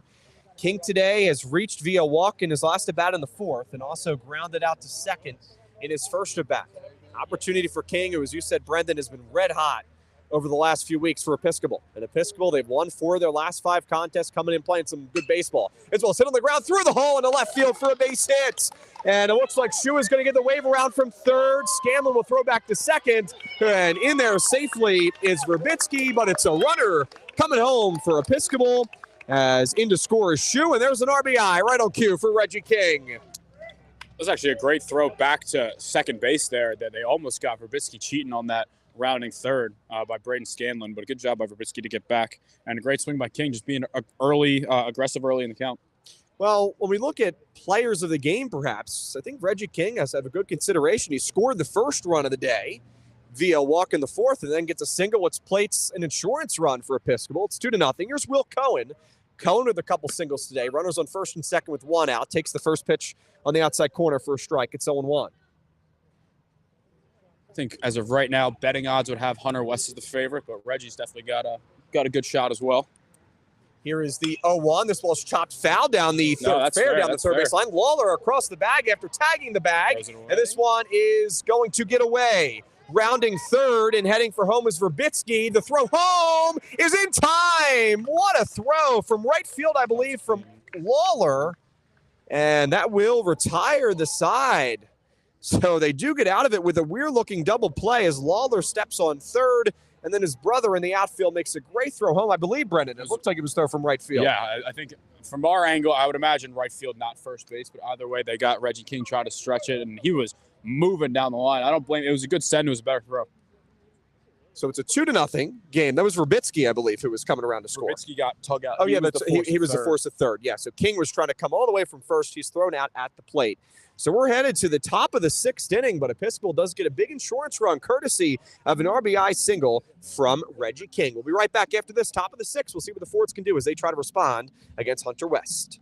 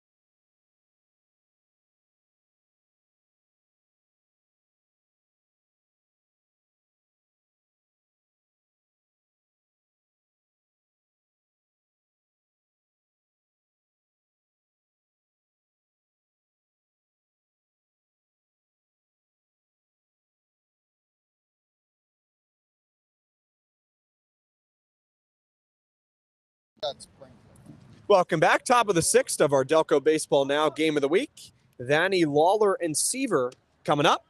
5, 6, and 7 for the Fords. 2-0 lead for Episcopal. And Hunter West back out there to begin the 6th. His first pitch here is swung on and missed. It's 0-1. Hunter West through 5 innings, looking to get through 6. I don't know if we have a pitch count update. I know, Brendan, you're using your phone. Yeah, so I'll get that. I don't want to risk losing the audio here. Vanny at the plate here today for the 3rd time. Vanny today 0 for 2 with a strikeout and a fly out to center field. No balls and 1 strike to count. Hunter West comes set. The 0-1 pitch from the Episcopal righty is outside. It's 1-1. David Spansky, Brendan Ricciardi with you on this beautiful day. 75 degrees. A lot of sun. Was cloudy early on, but sun's come out. Beautiful day. As it has been for our last few games of the week. The 1-1 is outside. It's 2-1 to Vanny. Zach Lawler is scheduled to be on deck for for Haverford School. 2-0 lead for Episcopal. They got a big insurance run courtesy of Reggie King there in the 5th. Here's the 2-1 pitch from West. This one also runs outside of 3-1. He's hit that same spot kind of 3 times in a row. Nothing if not consistent. Absolutely. As Vanny here looking for a leadoff walk for the Fords. 3 balls and 1 strike to count. Hunter West stares in there at his catcher, Verbitsky. Gets the signs. It's 3-1. Is outside. Ball 4. Missing off the plate there and a little low. And Vanny is going to head down to first. He's on base for the first time today. Leadoff walk for Zach Lawler. And we'll see the Fords can put something together. Only 6 outs left to work with.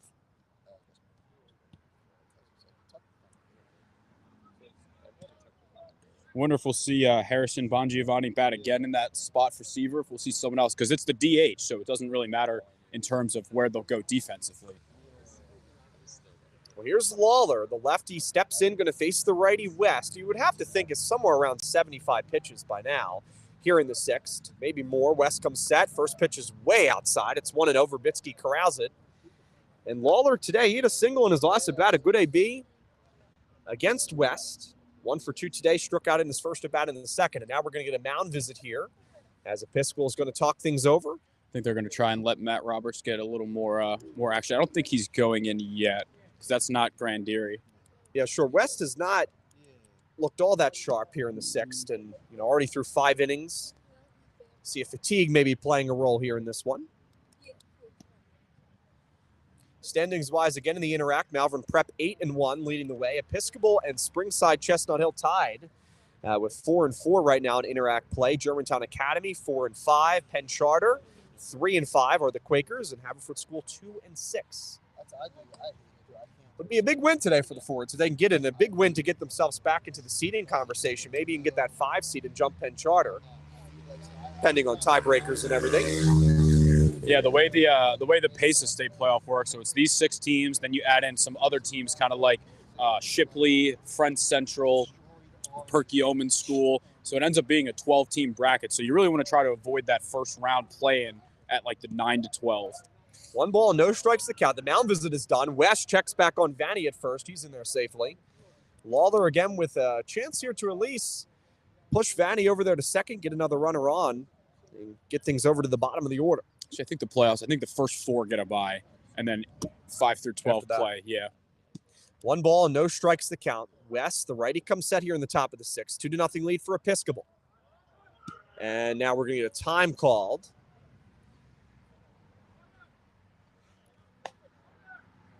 Now, still some bullpen action down the first base line for Episcopal. Again, as Brendan said, Episcopal changing their dugouts this year. They're now the first base dugout. The 1-0 is hit on the ground hard. Over to second. Cohen in the hole. Has time. His throw to first is in time to get Lawler. Beautiful play over there at second from Will Cohen. Score the putout 4-3. Moving up to second, though, is Vanny. But that's a tremendous play from Cohen. Looks like it will be Bongiovanni again at the plate. So Harrison Bongiovanni will get his second at bat today. Struck out in his first at bat. Again, he came in after Seaver was hit by a pitch in the helmet in his first at bat. Now, Seaver did stay in the game and run at first, but after that inning was completed, he was taken out of the game by Coach McCann. Runner in scoring position with 1 out, and Bongiovanni will take a look at the first pitch, low and outside. It's 1-0. And Hunter West, he still appears to be, we don't have a gun, but he still appears to be throwing some heat. 1 ball, no strikes to count. West through 5 1/3 with 1 out here in the top of the 6th. 2-0 lead for Episcopal. The 1-0 is somewhere low. So somewhere not in the zone. It's 2-0. That was probably the best looking pitch perhaps all day, at least from our vantage point. 2 balls and no strikes the count. West looks back the runner. Vanny at second. Kicks home. This one way outside. It's now 3-0. Yeah, West struggling with his command here in the 6th. Kicks the mound a couple times, trying to fix that landing spot. It's now a wonderful hitter's count for Bongiovanni. Farrington is on deck for the Fords.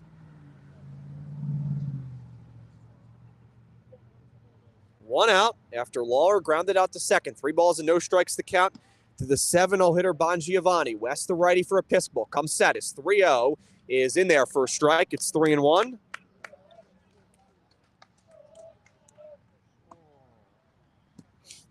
Matt Roberts getting hot over there in the pen. 3 balls and 1 strike to count. Here's the pitch from West. This one outside, ball 4. So 2 walks in the inning in the first 3 batters that Hunter West has faced. And that's runners on first and second. Ethan Farrington with a chance. He's 0 for 2 today. Now we get a quick mound visit. No coach has come out yet. Right now it looks like the shortstop, Amoroso, the third baseman, Shu also comes in. We'll see if we are going to get a pitching change. Looks like we might. Here in the 6th, no, West is going to stay in. No coach comes out. Quick mound visit with the infielders, and at least for the moment, he's going to stay out there to face Farrington. He's going to get an opportunity with runners on first and second. I mean, for the Fords, with only 5 outs left to work with, I mean, this is about as good of an opportunity as you're going to get. I just want to see a situation where Jaidyn Rivera's up, bases loaded, 2 outs here, you know. Rivera, I mean, such a good player. That would be the dream, but I'm sure a lot of people be a nervous situation there, really, for both squads. First pitch to Farrington is outside. It's 1-0. Farrington today, 0 for 2, ground out and a fly out. Runners on first and second. Vanny over there at second. Bongiovanni at first with 1 out, 2-0 lead for Episcopal as the Fords try to end the shutout bid for West. Here's the 1-0 pitch. This one right down Broadway, swing and a miss. It's 1-1. West was so good at painting those corners earlier in the game. I think right now for him, it's just about kind of throwing any strikes as possible and try to give the bullpen some more time to warm up. And I think the game plan here, try to get out of the 6th inning for Episcopal. The 1-1 is great. Ooh, in there for a strike. That's a great changeup right there. It's 1-2 came back. Outside part of the plate. Really nothing you could do with that if you're Farrington. And now the crowd beginning to make some noise here in the 6th. Top of the 6th. 2-0 lead for Episcopal. Runners on first and second. 1-2 the count to Farrington. Scanlon is on deck. He's reached a couple times today. The 1-2 called. Strike 3 on the outside part of the plate at the knees. Farrington drops the bat, and that's a beautiful pitch from Hunter West. 2 outs. It's unhittable, Brendan. Yeah, that's a one way to put it. Here's Braden Scanlon. Scanlon has reached 2 times today, a single and a walk. Getting a chance to see West for the 3rd time. Runners on first and second. First pitch here, fouled back to the cage. It's 0-1. Right on it, though, with Scanlon once again. I mean, the Haverford School has had their opportunities, Brendan. I mean, you look, they had a good opportunity in the 2nd. They had 2 runners on in the 4th. Having 2 runners on here in the 5th. Haven't been able to crack West so far here with 2 outs in the 6th. West comes set, the righty. His 0-1 swing and a miss. It's 0-2. Chance here for West to get out of this inning after walking 2 of the first 3 batters he faced here in the 6th. Got the strikeout of Farrington. Looking for another one here against Scanlon. No balls and 2 strikes to count. West, his 0-2, swing and a miss. He struck him out. Back-to-back strikeouts for Hunter West in what will most likely end his afternoon. Episcopal looking strong here. They have a 2-0 lead as we're headed to the bottom of the 6th. We'll see if the Churchmen can extend their lead, as we will have 6, 7, and 8 coming up for the Churchmen after this here on Delco Baseball Now's YouTube channel.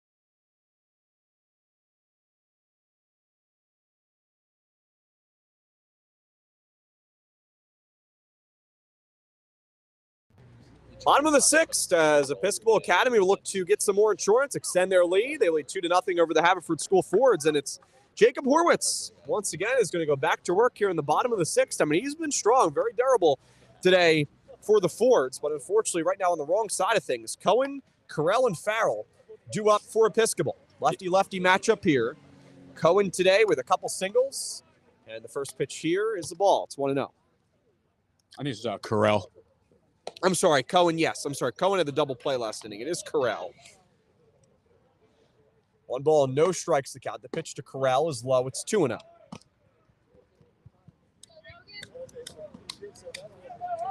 We got 2 pitchers throwing in the Episcopal bullpen. Looks like Matt Roberts and... Is it Notaro? I haven't seen a number. Yeah, I haven't seen a number yet. Here's the 2-0 pitch. This one is outside. It's 3-0. And I think it is. I mean, I think on a lot of these calls, it might be guessing because you heard kind of a grunt from the Haverford School crowd, and it did look to be a strike. It's 3-0 to Carell, who was 0 for 2 today, a ground out and a strikeout. Horwitz comes set, bases empty, no one out. The 3-0 is a ball. So ball 4 straight balls to begin the inning, and Carell is on base for the first time today. Leadoff base runner, and Brendan, that is the third time today that Episcopal's had a leadoff base runner to begin their inning. Yeah, I mean, as good as they feel with their pitchers, I'm sure they wouldn't mind a couple of extra insurance runs. It's number 19 is the other pitcher for Episcopal warming up here. So here is Ian Farrell with nobody out. Bases empty here in the bottom of the sixth. And the first pitch here from Horwitz is outside. It's 1-0. Number 19, Charlie Smith, warming in the bullpen for Episcopal. Great start against St. Joe's Prep, I think, on Saturday of this week. 1 ball, no strikes to count to Farrell. For the Forwards, just trying to get Horwitz out of the sixth. It's outside. It's 2-0. That's 6 consecutive balls to begin the sixth inning for Horwitz. It's hard to see if there's bullpen action. I think I see Connor Haney, lefty, warming up in the pen for Haverford through the tree branches. 2 balls and no strikes to count, and stepping off there is Horwitz as the umpire behind him calls time. 2-0 lead for Episcopal. 2 balls and no strikes to count to Farrell. Here's the 2-0 pitch. This one is in there for a strike. It's 2-1 on the outside corner. Farrell 1 for 2 today, a strikeout and a walk, but his walk was big in the fourth. It gave Episcopal a chance to extend things, and the next pitch here is inside, and it's now 3-1. Farrell. I feel like a walk here could bring the hook. Yeah, again, it does appear that Haverford School does have some bullpen action. It's hard to see from our vantage point of a tree and then the dugout. Definitely see Connor Haney throw. I'm not sure who else after. 3 balls and 1 strike to count. Trying to avoid back-to-back walks is Horwitz. This ball's crushed. Hit in the air out to left field. Scanlon is back. He's at the track towards the scoreboard. And this one is going to fall in for a base hit in front of the mesh fence. Heading for third is Coral, and it's a loud double for Ian Farrell. What a hit from the designated hitter. Brendan, I thought that ball had a chance. It hits off the mesh, and it's a double for Farrell. You really got to get a hold of one to get one out of here. Really to all parts of the park. There's no short part of the park here. But that's about as good of a swing as you'll see. I mean, that ball was crushed. Definitely had the hang time. Just couldn't quite get out of here as Scanlon headed back towards the track. And now we'll get a mound visit here. We'll see if Coach McCann decides to make a change. I think that might be it for Horwitz. I'll tell you what, Ian Farrell's forearms might be wider than the blue root. That dude's a brick over there at second base. Trey Schwawinger is coming up for Episcopal. 2-0 lead for the Churchmen, and that will do it for Jacob Horwitz today. He goes through 5 innings plus. The 2 runners on second and third are his responsibility, but Horwitz was pretty good today, Brendan. I mean, did give up the 2 runs. The one was unearned. His defense wasn't phenomenal behind him, but Horwitz did everything he could to keep the Fords in this game. Yeah, he was very good. I think, he did a really good job at throwing strikes until that last inning when he started to kind of run out of gas. He had the 1 hit by pitch. I'm seeing maybe 2 walks throughout the game here, which I know has been a problem from earlier on. But I think for him, it's just so encouraging that as the year's gone on, he's been able to keep throwing deeper and deeper into games as he recovers from the Tommy John surgery. A big summer for him, in the travel ball circuit to try and get a Division I offer. But I think this is my first time seeing him pitch in person, and I'm very encouraged. Well, a new pitcher for the Haverford School. We'll tell you about him. He's the lefty when we come back after this, but it's runners on second and third. Nobody out for Episcopal. 2-0 lead for the Churchmen.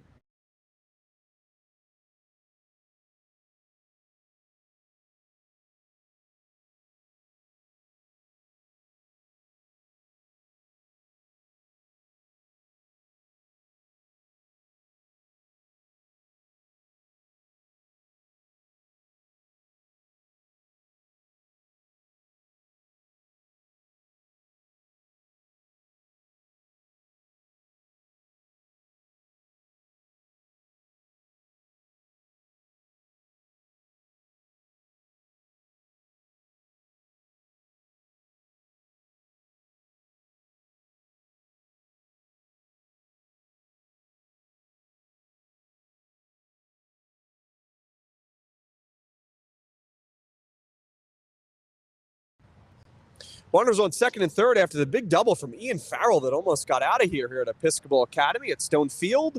The dark clouds beginning to roll in once again, but we're in the bottom of the sixth, thankfully. Runners on second and third. New pitcher is Connor Haney on the mound for the Haverford School, and he's also a Delco Baseball Now intern. Yep, starting on Monday, we'll have him and his catcher here, Pat White. And here is Trey Schwabinger. And the first pitch is... I think this might be back to shoe here. A ball. It's 1-0. Back to shoe. It is back to shoe. Okay. I guess you can re-enter, so that makes sense. So back to shoe is back in the game. 1 ball, no strikes to count to shoe. Opportunity here. It is a lefty-lefty matchup. Haney comes set. The 1-0 pitch is outside. It's 2-0. The infield is creeping in here as they're trying to cut down any additional runner at the plate. Corral. Very, very late strike call in the first one. It's 1-1. It's 1-1. Runner at third is Corral. Farrell's over there at second. I mean, it's a guessing game at this point. The 1-1 is outside. Sweeper's got some bite. Yeah. If he starts a little more inside, then he'll be good. 2 balls and 1 strike to count. Haney trying to get all 3 outs, coming in relief for Jacob Horwitz, who went 5+. Runners on second, third are his responsibility. The 2-1 is chopped foul at the plate. So and it's now 2-2. You see Hunter West still doing some of the band workouts, which is, I'm not sure if that means that he's staying in or if that's like a recovery type thing. We do have 2 Episcopal pitchers warming up, so we'll see. 2 balls and 2 strikes to count. Nobody out here in the bottom of the sixth. 2-0 lead for the Churchmen. The 2-2 chop foul over to first. This one's going to roll foul. Farrington will give it a look, but it's going to head towards the Episcopal dugout. It remains 2-2. Good battle for Shoe, who's back in the game. Dylan Walls on deck for Episcopal. Episcopal 4-4. This could be a big win for them to improve their seeding and try to lock in that second spot. Yeah, at the very least, try and get a home game. The 2-2 pitch, breaking ball that runs outside. It's full. It's 3-2. Because although the Interact seeds, like where you finish in the Interact, doesn't translate to like what seed in the playoffs. Because once you throw in like Friends Central and Shipley and all of them, but they definitely could potentially host a playoff game. Shoot today 0 for 1 with the ground out. The 3-2 pitch is chopped on the ground over to first. Farrington will look back the runner at third, and he'll wait and tag Shoe for the first out. So nicely played there by Farrington. Both runners will have to stay at second and third. There's 1 out for Dylan Walls. Yeah, I mean, as the former first baseman of the broadcast booth, that's basically what you're taught there is to run towards the runner. Because if you turn your back to run to first, then that runner on third, can kind of catch you sleeping and go home. So you're supposed to run at the base runner there, which he did a good job as. Tough day for Walls. 0 for 3, strikeout, couple groundouts, but still a great piece of this Episcopal order. Trying to get his first hit would be a big one. And here is the ball. Strike. It's 0-1. Called strike is what I said. It's 0-1. You have to wait a long time here. And in the 6th inning, you think I would have gotten the timing down. Not quite. Need a couple more innings. Runners on second and third with 1 out here in the 6th. The 0-1 pitch drops in for a strike. Doesn't get any better than that. Great pitch there from Haney.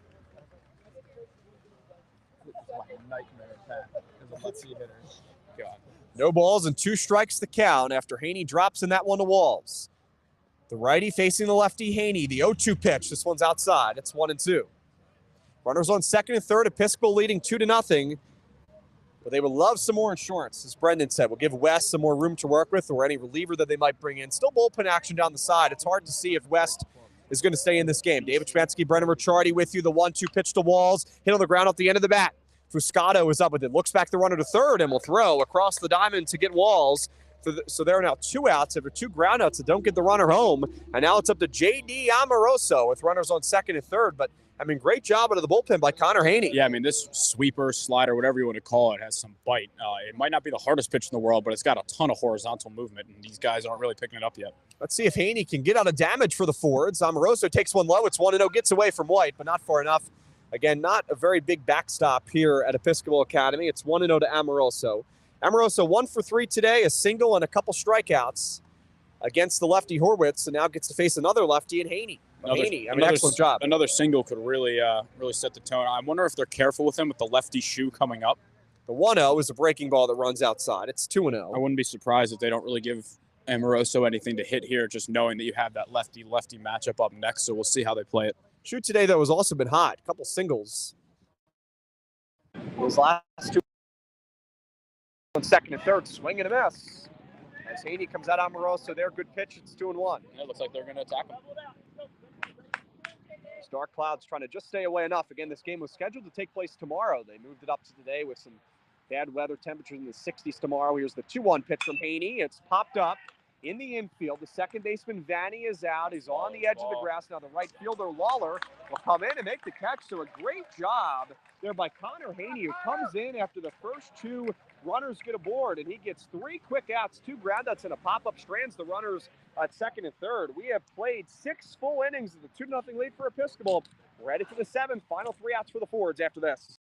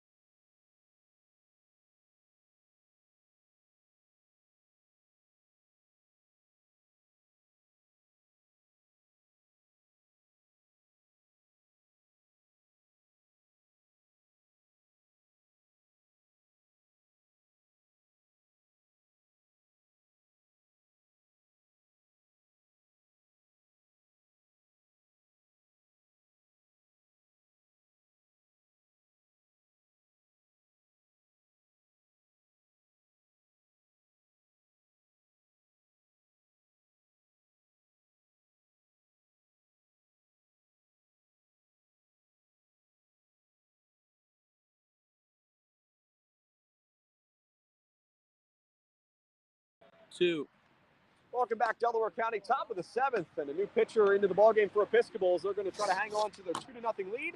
Brendan, you want to tell us about the new righty on the mound for the Churchmen? We got Matt Roberts coming in here.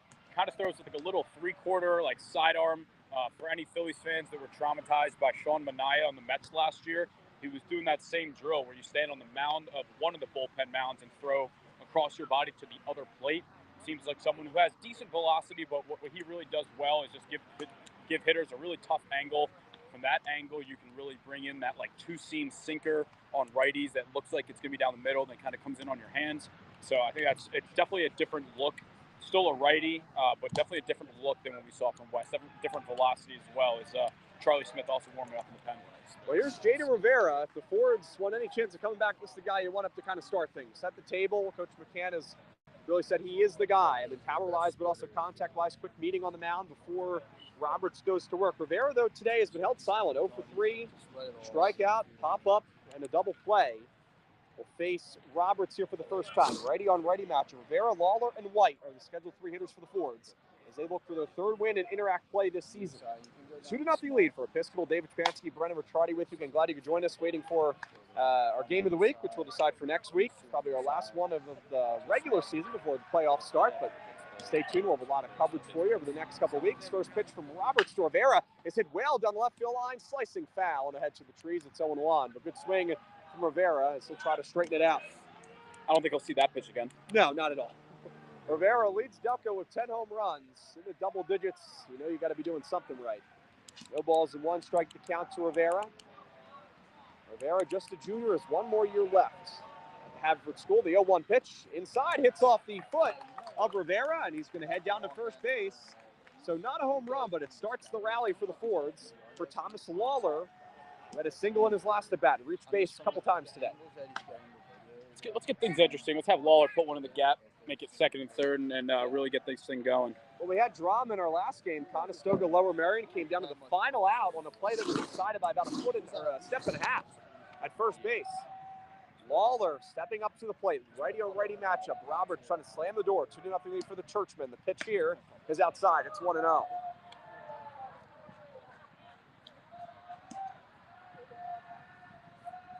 Open action for Episcopal continues as a righty warms up. It's Charlie Smith in there.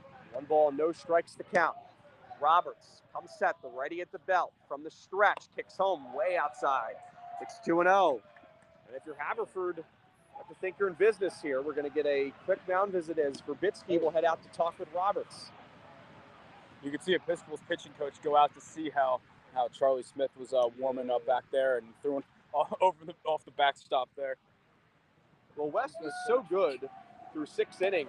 It's got to be for a pitch Episcopal. count thing.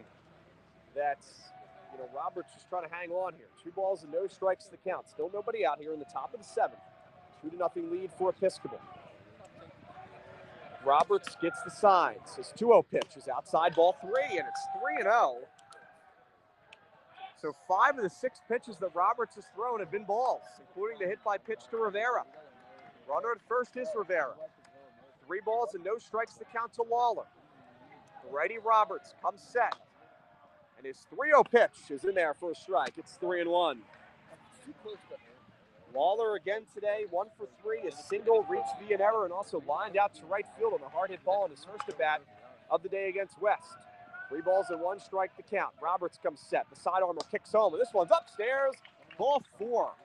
Back-to-back base runners, a hit by pitch and a walk. Rivera will head down to second. Lawler's to first. And the Fords have the first runners on here in the 7th, first and second for Pat White. I wonder if we could see a bunt here, but that kind of feels like you're playing more to tie than anything, which isn't necessarily the wrong decision.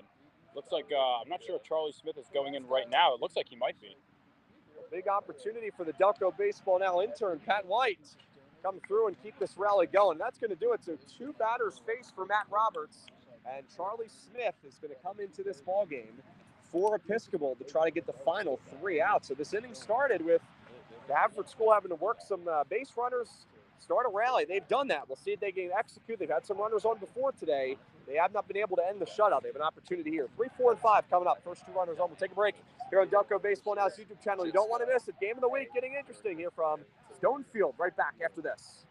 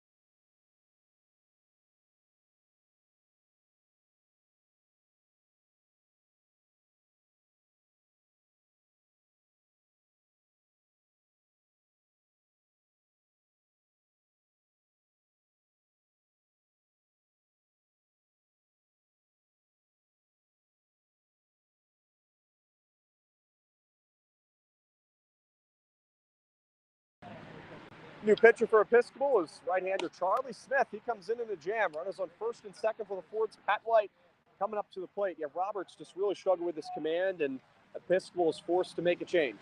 Yeah, in a game like this, you can't, wait for the damage to happen, right? You got to pull the trigger sometimes, and it might not be, what your pitcher wants to see you coming out after only 2 batters, but at some point you got to be aggressive, and that's why you had 2 pitchers warming up to begin with.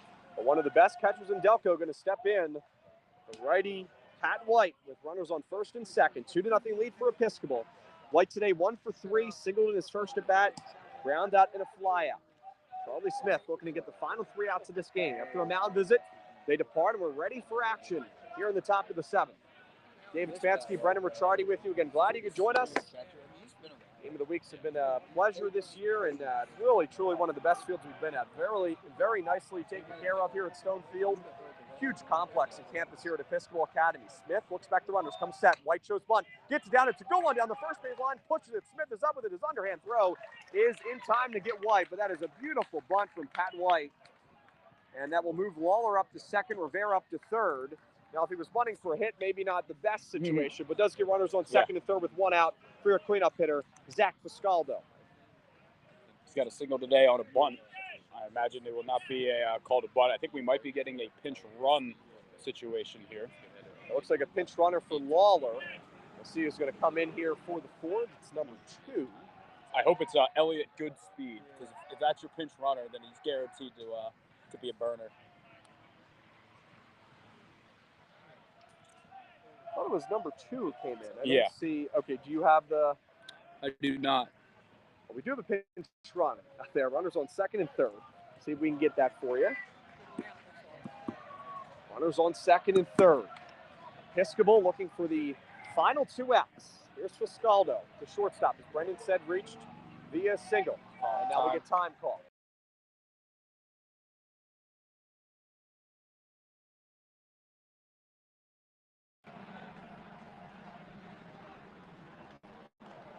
Runners on second and third. 1 out for Fiscaldo. Smith comes set. Pitch home is hit in the air well. Down the right field line, slicing foul. And it's a foul ball by a few inches. Just foul on the other side of the chalk. It's 0-1, and baseball is a game of inches.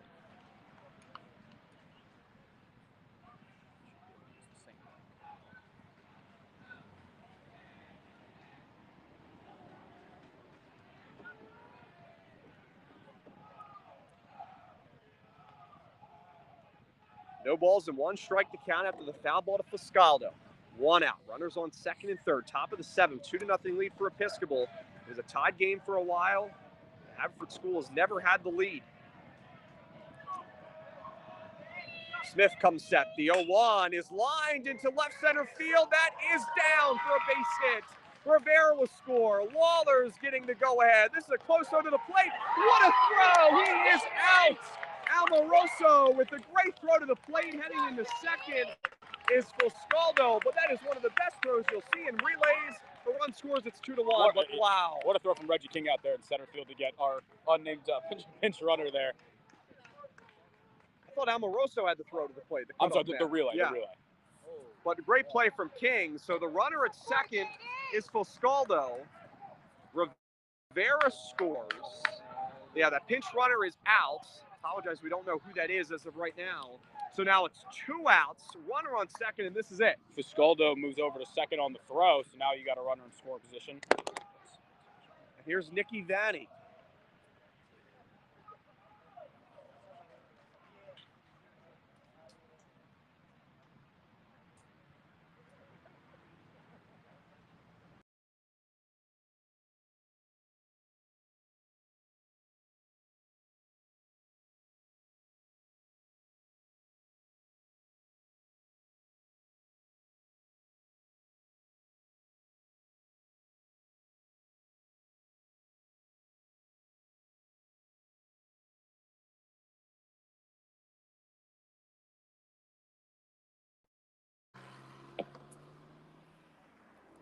So here we are, top of the 7th, 2 outs. A perfect relay from King to Amoroso, who guns down the runner at the plate. Haverford School is on the board as Rivera comes in to score. It's a 2-1 ball game here at Episcopal Academy in this Interact battle. Runner at second is Fiscaldo. He had the big hit, does advance on the throw, as Brendan said.